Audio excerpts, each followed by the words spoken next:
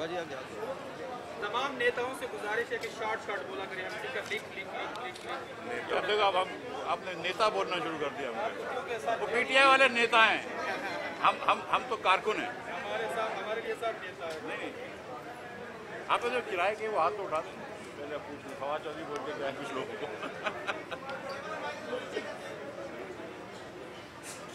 बिस्मिल्लाहिर्रहमानिर्रहीम। 4 पार्टियों वाले किराए। सबसे पहले तो जी मैं आज बात का आगाज़ करने से पहले, आज थोड़ी देर पहले जो यहाँ एक बहुत ही गैर मुनासिब वाक़या पेश आया, मैं उसकी शदीद मज़म्मत करती हूँ। और मैं ये भी कहना चाहती हूँ कि इस तरह पाकिस्तान की आवाम को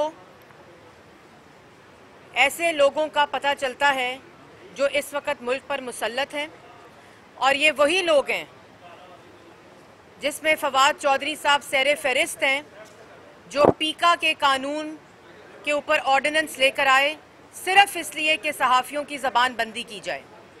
उनसे सवाल पूछो तो गाली देते हैं, और ये खाली सहाफ़ियों को नहीं देते। पार्लियामेंट में भी 3.5 साल इनसे कोई सवाल पूछो, आगे से सिर्फ जवाब गाली होता है, गुंडागर्दी होता है और बदमाशी होता है। और यही वो रवैये हैं जिनके पीछे पीका ऑर्डिनेंस लाने वाले अशखास हैं।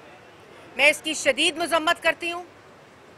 मतीउल्लाह साहब एक सीनियर सहाफ़ी हैं, और जिस तरह उनके साथ यहाँ बदतमीज़ी की गई, और फिर उनके साथ बदतमीज़ी तो की गई, लेकिन फिर सहाफ़ियों को इन जनरल जो कहा गया कि पैसे खाते हैं, और सहाफ़ियों की असलियत मैं जानता हूँ, इस किस्म के जो अल्फाज हैं उनकी भी मैं शदीद मज़म्मत करती हूँ।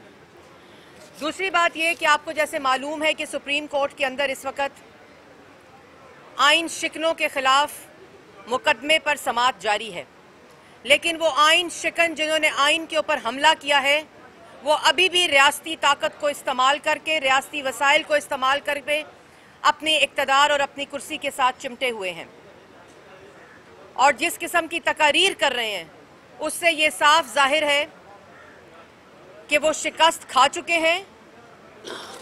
और इंशाल्लाह हमें उम्मीद है, तमाम पाकिस्तान की नज़रें इस वक्त 22 करोड़ अवाम की नज़रें सुप्रीम कोर्ट पर हैं, और आइन शिकनों को भी पता है जिन्होंने आइन पर हमला किया है कि उनके दिन गिने जा चुके हैं। मैं ये भी कहना चाहती हूँ कि अभी इमरान खान साहब का बयान आ रहा था कि कमीशन बना दे, लेटर गेट कमीशन। ये तमाशे, ये ढोंग, इसको बंद करें। जो जाली ख़त का फ्लॉप सीन हुआ है वो पूरे पाकिस्तान ने देखा है कि कोई ख़त था ही नहीं।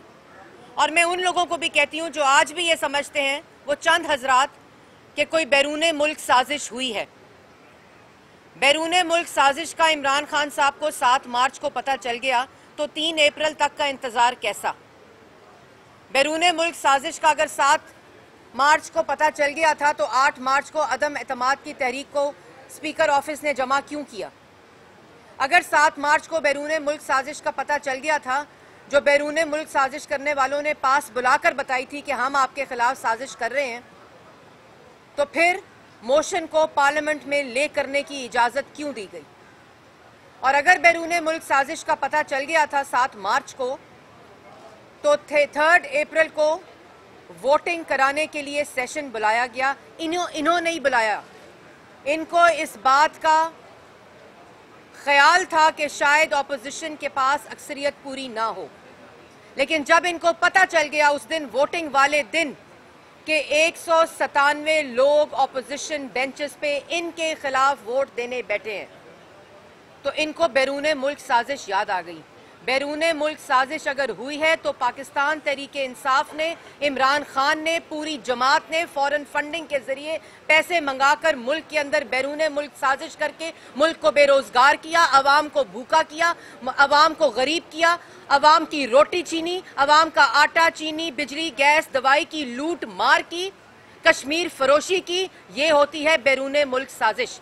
तो अगर लेटर गेट कमीशन बनाने की दरख्वास्त की है तो सबसे पहले पाकिस्तान की आवाम को लूट मार करने वालों के खिलाफ कमीशन बनेगा और पाकिस्तान की आवाम बनाएगी और बताया जाएगा उस कमीशन में कि किस तरह इमरान खान साहब ने अपने दस्तखतों से पाकिस्तान के अवाम की चीनी चोरी की, बिजली चोरी की, गैस चोरी की। आज वो लोग जो पहले करप्शन का बयानिया झूठा लेकर इलेक्शन में गए थे और पूरी की पूरी ऑपोजिशन को जेल में डालकर इलेक्शन लड़े थे, उसके बाद जब हुकूमत में आए तो मदीना की रियासत बनाने का दावा करके पूरी की पूरी ऑपोजिशन को जेल में डालकर हुकूमत की।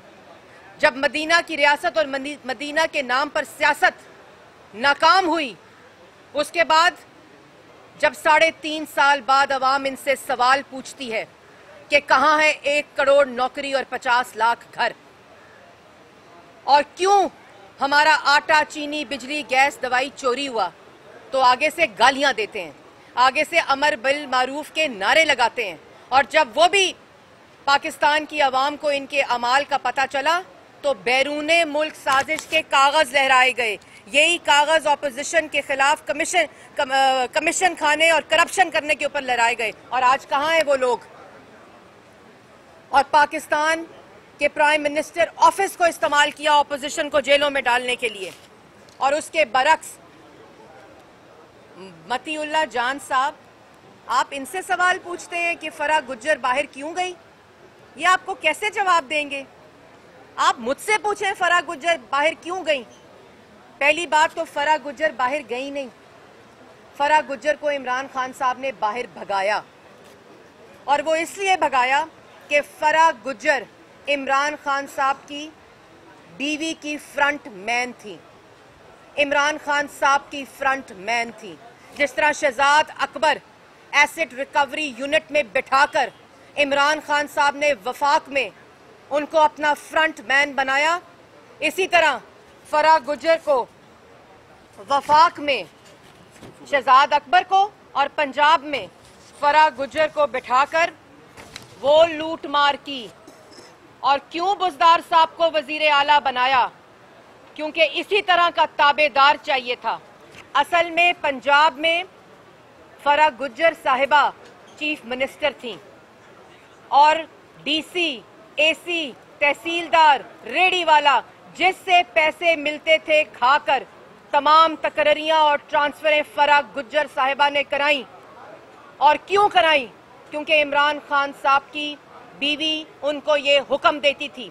तमाम महकमात बनी गाला से आते थे, बक्से भर भर के पैसों के बनी गाला जाते थे और इसलिए 300 कनाल के महल का खर्चा चलता था। 1.5 लाख के ऊपर 300 कनाल का खर्चा नहीं चलता। ये तमाम पैसे बक्से भर भर के फराह गुज्जर साहिबा पंजाब से, एसीओ से, डीसी से, इंस्पेक्टर से, तहसीलदारों से, रेडी वालों से पैसे खाकर इमरान खान साहब को भेजती थी। इसी तरह शहजाद अकबर साहब वफाक में शुगर मिल से, फ्लोर मिल से, आटा मिलों से, इन सब चीनी, आटा, बिजली, गैस, दवाई चोरों से, नैब से पैसे खा खा कर इमरान खान साहब को देते थे। वो गोदाम जो पैसों का बनी गाला में भरा गया है वो शहजाद अकबर और फराह गुज्जर साहिबा के जरिए भराया गया है, इसलिए भगाया इमरान खान साहब ने। ये जो फराह गुज्जर, और अभी तो फराह गुज्जर साहिबा भागी हैं बाहर, अभी फराह गुज्जर साहिबा की बेस्ट फ्रेंड जो बनी गाला में रहती हैं अभी तो वो भी भागेंगी। उसके बाद उनकी बेस्ट फ्रेंड के जो हस्बैंड हैं जिनका नाम इमरान खान साहब है, जिन्होंने अपने इक़्तिदार को बचाने के लिए, अपनी लूट मार को बचाने के लिए आइन को तोड़ा, आइन पर हमला किया और आइन शिकनी की, सिर्फ और सिर्फ इस लूट मार को बचाने के लिए। ये एक बहरूपिया है, ये एक मुनाफिक है, ये एक झूठा है, ये एक लूट मार टोले का सरबराह है जिसका नाम इमरान खान है। बैरूने मुल्क साजिश का जो नाम लेता है और कहता है इलेक्शन 3 महीने में है, तैयार हो जाओ। इमरान खान साहब, जो खिलवाड़ आपने पाकिस्तान के आइन के साथ किया है, आज पाकिस्तान आपकी अना और तकब्बुर पर चल रहा है, आइन पर नहीं चल रहा। पिछले 3 दिन से पाकिस्तान में कोई आइन और कोई हुकूमत मौजूद नहीं है, सिर्फ आपके अना, तकब्बुर और जिद की वजह से। 3 महीने में इलेक्शन की कॉल और तैयारी मत करें, 3 महीने में जेल जाने की तैयारी करें, क्योंकि आइन शिकनों को, आइन के गद्दारों को, आइन तोड़ने वालों को इलेक्शन में लड़ने की इजाजत नहीं होती। आर्टिकल 6 के मुर्तकिब होने वाले को अब सिर्फ जेल जाना पड़ेगा। और मतीउल्लाह साहब और यहाँ जितने सहाफ़ी मौजूद हैं, अगर फराह गुज्जर से रिलेटेड कोई सवाल है तो हमसे करें, क्योंकि ये आपको कैसे बताएंगे कि फराह गुज्जर साहिबा ने जो लूट मार इमरान खान साहब के कहने पर और अपनी बेस्ट फ्रेंड के कहने पर जो बनी गाला में रहती हैं, वो लूट मार आएगी इंशाअल्लाह पाकिस्तान की आवाम के सामने। जो भागे हैं और जो भागने जा रहे हैं, उनके साथ जो पाकिस्तान की आवाम करेगी वो ऐसी इबरत की निशान बनेगा इन आइन शिकनों के साथ जो होगा, और पाकिस्तान की आवाम का आटा, चीनी, बिजली, गैस, दवाई चोरों के साथ जो होगा। और मैं ये भी कहना चाहती हूँ कि अब यहाँ आपके सामने तकरीर करने आए तो इनसे पूछिएगा कि बैरूने मुल्क साजिश तो आपकी हुकूमत गिराने के लिए हो रही थी, जिसका आपके मुताबिक ऑपोजिशन हिस्सा बनी थी। तो बैरूने मुल्क साजिश अगर हुई तो अदम एतमाद की वोटिंग की तहरीक को मुस्तरद करके आपने इस्तीफा क्यों दिया? आपने असेंबली क्यों तोड़ी? क्योंकि ये तो बैरूने मुल्क साजिश चाहती थी। आपको चाहिए था, आप वजीर आजम हैं, जिन ने बैरूने मुल्क साजिश की थी उनके खिलाफ तहकीकात करते, उनको सजा देते। आपने वजीर आजम की कुर्सी भी छोड़ दी, आपने असेंबली भी डिसॉल्व कर दी और आपने इलेक्शन की कॉल भी दे दी। क्या पाकिस्तान की आवाम को बेवकूफ़ समझ रखा है? अगर आपके पास शवाहिद मौजूद थे, अगर आपके पास वो तमाम सबूत मौजूद थे कि बैरूने मुल्क साजिश हो रही है आपके हुकूमत के खिलाफ, तो फिर आपको तहकीकात करानी चाहिए थी, आपको इन्वेस्टिगेशन करानी चाहिए थी। आज जो कमीशन बनाने की भीख मांग रहे हो, उस वक्त कमीशन बनाना चाहिए था। असेंबली क्यों डिसॉल्व की?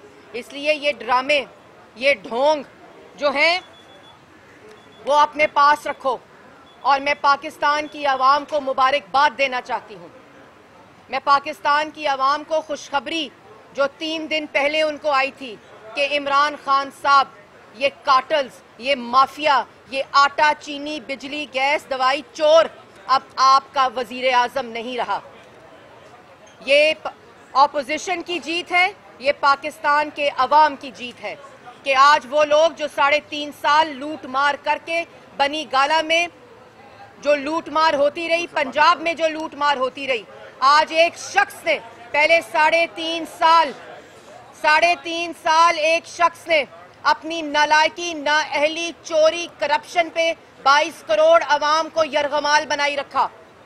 और आज अपनी अना, अपनी जिद, अपना तकब्बुर और अपनी शिकस्त के खौफ से 3 दिन से पाकिस्तान की आवाम को, पाकिस्तान के आइन को और पाकिस्तान की रियासत को यरगमाल बनाया हुआ है।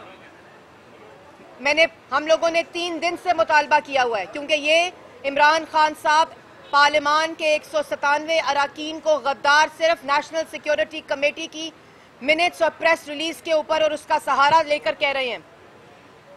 हमारा आज भी ये मुतालबा है कि नेशनल सिक्योरिटी कमेटी के अंदर जो लोग मौजूद थे, जिसमें अफवाज पाकिस्तान और 3 चीफ्स DGISI मौजूद थे, उनको चाहिए कि जो झूठ इमरान खान साहब बोल रहे हैं उसकी क्लैरिफिकेशन दें, क्योंकि वो ये कह रहे हैं इमरान खान साहब कि नेशनल सिक्योरिटी कमेटी ने 197 अराकीन पार्लियामान को जो तर्जुमानी करते हैं, जो रिप्रेजेंट करते हैं पाकिस्तान की आवाम को, उनको गद्दार कहा है, ताकि इस बात का फैसला हो जाए कि इमरान खान साहब झूठ बोल रहे हैं और उनके पास कोई ना खत था और ना किसी किस्म की बैरूने मुल्क साजिश की कोई सबूत मौजूद था।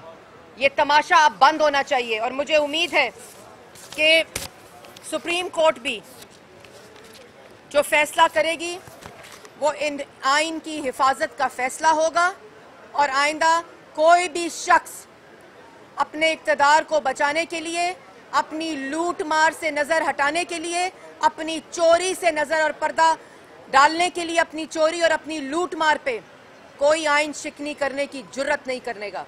इबरत का निशान बनाना चाहिए इमरान खान साहब को और लॉ मिनिस्टर को और वो तमाम लोग, स्पीकर और डेप्यूटी स्पीकर जो इस साजिश में मुलव्विस थे, उन सब को गिरफ्तार किया जाए, उन सब को आर्टिकल 6 के जरिए ट्रायल का हिस्सा बनाया जाए और पाकिस्तान की आवाम को ये जवाब दिया जाए कि उनके रिप्रेजेंटेटिव्स को गद्दार क्यों कहा गया, आइन क्यों तोड़ा गया, आइन पर हमला क्यों किया गया और 3.5 साल आवाम का आटा, चीनी, बिजली, गैस, दवाई चोरी करने वालों को पाकिस्तान की आवाम को हिसाब देना पड़ेगा। अच्छा मरियम साहब, अभी आपने कहा कि आटा चीनी चोर फलां, तो अभी जो चीनी चोर है वो आपके पास चले गए, तो क्या अब आप उनका एहतसाब करेंगे ताकि आवाम अगली दफा लुटने से बच सके? बड़ा अच्छा आपने सवाल किया।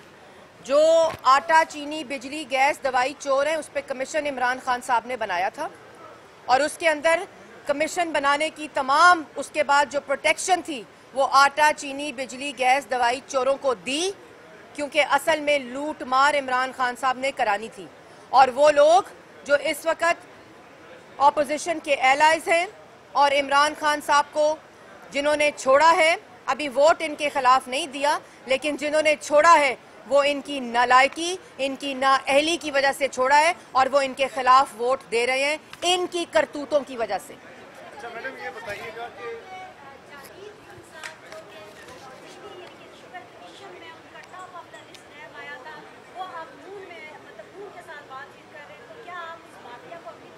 मैंने अभी आपको इसी चीज़ का जवाब दिया है कि जो कमीशन इमरान खान साहब ने बनाया था, इस तरह के बहुत से कर्जा कमीशन भी बनाया और 52,000 अरब का कर्जा ले लिया, तो उसके अंदर तमाम तहकीकात होनी थी।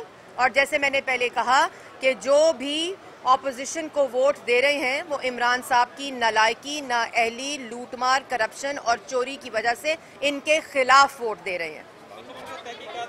बिल्कुल तहकीकात। हर देखें, जिसने पाकिस्तान की आवाम का आटा, चीनी, बिजली, गैस, दवाई चोरी किया है, जिसकी वजह से पाकिस्तान की आवाम 53 रुपए नहीं 120 रुपए किलो चीनी आज रमजान में भी खरीद रही है।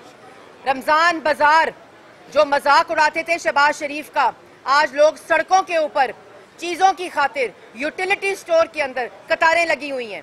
जिसने आज आटा पाकिस्तान की आवाम 35 रुपए नहीं 90 रुपए किलो खरीद रही है।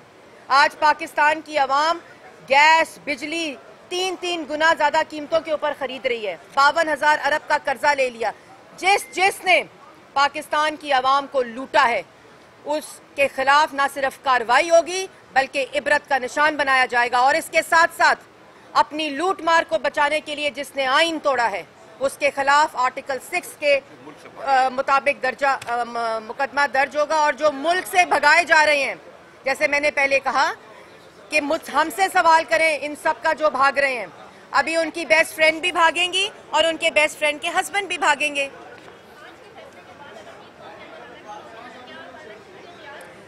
देखें, अगर इलेक्शन के लिए कोई तैयार है तो वो पाकिस्तान मुस्लिम लीग नून है, क्योंकि पाकिस्तान मुस्लिम लीग नून ने पाकिस्तान की आवाम को ऑपोजिशन के साथ मिलकर, मुत्तहदा ऑपोजिशन ने इन चोरों से छुटकारा दिलवाया है।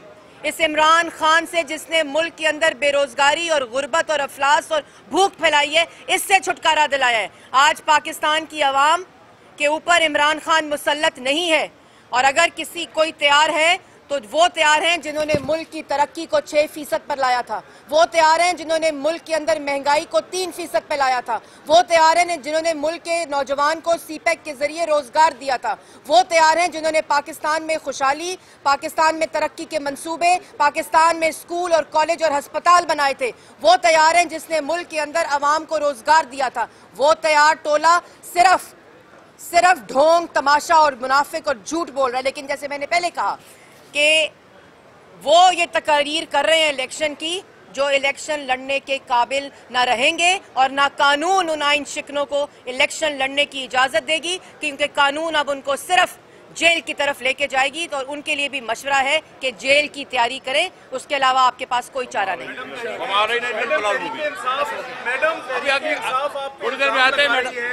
कि जो है वो आप ओवरसीज पाकिस्तानीज का वोट और जो है ईवीएम है उसको जो है रिवर्स करना चाहते हैं। यही वो बुनियादी वजह है कि आप अब इलेक्शन में जाने के बजाय बहाने तराश रहे हैं ताकि सुप्रीम कोर्ट से आपको कवर मिले और आप दोबारा जो है वो सबसे पहले तो का वोट लेके फिर आप जो है उसको रिवर्स करें उसका। सबसे पहले तो मैं आपको ये बात आपके सवाल के तवस्सुत से बताना चाहती हूँ कि ईवीएम को इंट्रोड्यूस पाकिस्तान तहरीक इंसाफ और इमरान खान ने नहीं किया। बिल्कुल इसी तरह जिस तरह Ehsaas program Benazir income support program है, और ये जो सेहत कार्ड है ये नवाज शरीफ सेहत कार्ड है, और ये जो यूथ प्रोग्राम इंसाफ वाला है ये भी prime minister Nawaz Sharif youth programme है। इसी तरह EVM जो है वो नवाज शरीफ पाकिस्तान मुस्लिम लीग नून ने इलेक्टोरल रिफॉर्म में 2017 के अंदर इंट्रोड्यूस कराई थी, और पायलट के लिए इलेक्शन कमीशन को ये कहा था कि ओवरसीज पाकिस्तानीज और पाकिस्तान के अंदर सिलेक्टेड जो कॉन्स्टिट्यूएंसीज हैं उसमें इलेक्ट्रॉनिक वोटिंग मशीन के जरिए पायलट किया जाए। इसलिए ये झूठे हर चीज के अंदर अपनी सियासत लेकर आते हैं। ये तमाम चीजें जो मैंने आपको गिनवाई जिनके ऊपर इन्होंने अपना नाम सिर्फ हटाकर अपना नाम लगाने की कोशिश की है, ये अल्लाह ताला के फजलो करम से पाकिस्तान मुस्लिम लीग नून और इसके ऊपर हर मंसूबे के ऊपर नवाज शरीफ और शहबाज शरीफ की मोहर है। मैंने पहले बताया कि ओवरसीज पाकिस्तानीज के लिए EVM, और मैं आपको ये भी बताना चाहती हूँ कि 2018 के बाद कुछ बाई इलेक्शंस हुए जिसके अंदर EVM को ट्राई किया गया एम्बेसीज के अंदर रख के, और उसके अंदर इलेक्शन कमीशन की 60 सफ़े के ऊपर मुश्तमिल एक रिपोर्ट है कि उसके अंदर इस एडमिनिस्ट्रेटिव कौन कौन से फ्लॉज हैं, और इन्हीं की वजह से हम चाहते थे कि इलेक्शन कमीशन के साथ बैठकर तमाम जमातों के साथ बैठकर उसी तर्ज का इलेक्टोरल रिफॉर्म कराया जाए जो 2017 में जब ये धरने में बाहर खड़े थे मुंतखब वजीर आजम के खिलाफ साजिश कर रहे थे, उस वक्त भी नवाज शरीफ ने इनको कहा कि पार्लियामेंट में बैठो और इलेक्टोरल रिफॉर्म का हिस्सा बनो, और उस वक्त पाकिस्तान तहरीक इंसाफ इलेक्टोरल रिफॉर्म का हिस्सा बनी और तमाम जमातों ने यूनानिमसली उस इलेक्टोरल रिफॉर्म बिल को पास किया। उसी तरह हम चाहते थे कि इस दफा भी वही कंसेंसस, वही कंसल्टेशन और उसी किस्म की स्टेक होल्डर इनपुट हो, और इलेक्शन कमीशन जिसने ये इलेक्शन कराना है उन्होंने ही कहा है कि ये इलेक्शन जो है वो EVM पे अगर होना है तो उसके कुछ तकाजे हैं वो पूरे होना जरूरी हैं। सदर का जो खत है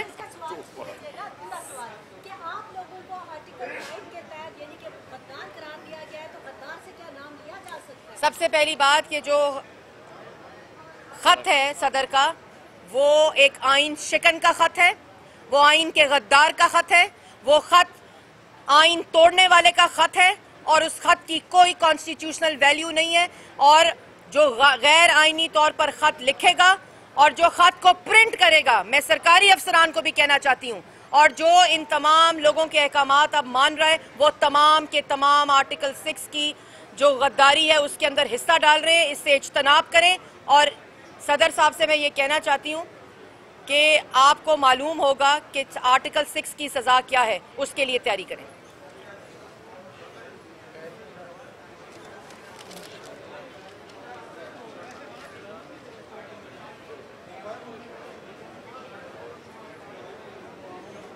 भाई छोटे बच्चों ब्लड प्रेशर कंट्रोल में रखो, अभी तुमने आगे जाना इसी तरह सारा